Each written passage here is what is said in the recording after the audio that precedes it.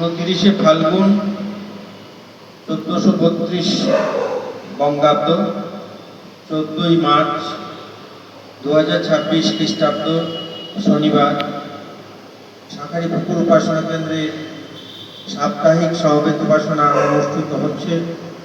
শ্রদ্ধা গুরুভগ্নী শ্রীমদ্দা শ্রীমাতা দিদির বাসভবনে আমরা অখণ্ড সংঘপ্রধান পরম পূজনীয় শ্রী শ্রী দাদামণি সম্পূর্ণ আরোগ্য কামনা করে আজ আমরা পরম প্রভু পরম আরাধ্য পরমেশ্বরের শ্রীচরণে পুষ্পাঞ্জলি অর্পণ করব।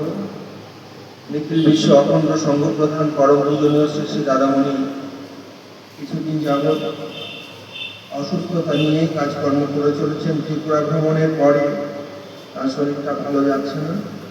আমরা অখণ্ড সংঘপ্রধানের পূর্ণ সুস্থতা, পূর্ণ আরোগ্য প্রার্থনা করব আজকে সমবেত উপাসনার মাধ্যমে। সেই সঙ্গে আমরা প্রার্থনা করব নিখিল বিশ্বের কুশল হোক, সাম্প্রদায়িকতার অবসান হোক, প্রাদেশিকতা বোধ বিলীন হোক, জাতি বৈর নির্মূল হোক, সকল পর আপন হোক। এই প্রার্থনা নিয়ে আমরা শুরু করছি আজকে এই সাপ্তাহিক সমবেত উপাসনা।